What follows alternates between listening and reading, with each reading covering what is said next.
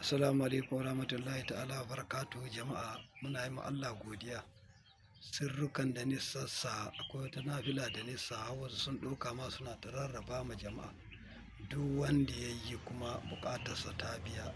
Mun azu sirruka, wasu sun kira ne sun ɗauka na samun dukiya kala daban-daban sun yi, wasu sun biya kuɗi an yi musu buƙatunsu sun biya. Alhamdulillah, alhamdulillah, alhamdulillah.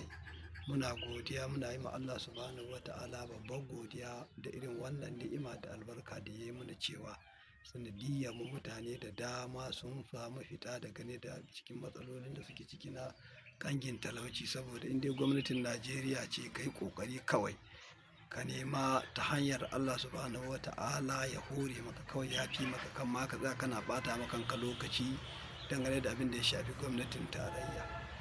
Ka nema, ka jajirce, ka yi addu'a, ka yi addu'a, ka yi addu'a, Allah ya hore ma.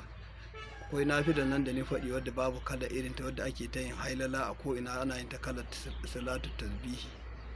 Bayan Allah da bukatunsu na biya kan wannan nafilar, ban san ya adadin su ba, an kira ni. Na gode ma Allah, muna yi ma Allah subhanahu wa ta'ala godiya. Alhamdulillah, alhamdulillah, alhamdulillah. Bayan Allah kuma ya ƙara biya mana bukatunmu gabaki ɗaya, ya ƙare mana fatahi, ya ƙare mana buɗi, ya ba mu mustajaba mai ƙarfi, albarka annabi da alƙur'ani. Gaskiya na ji daɗi ba kaɗan ba bayan Allah da na kire ni akan wannan nafiloli da sauran abubuwan da na ɗoɗɗora. Akwai wani wuridi wanda na sa na iza, wanda ana yin ta gaba ɗayanta miliyan 1 da ita da su asma'ullahi husna. To wasu sun sa a yi musu. Wani akwai maganganun da ya kai, ya ce wannan aikin aiko ko shekara 5 ba za a iya yin sa ba. To bawan Allah, duk wanda yake son wani abu inda Allah komai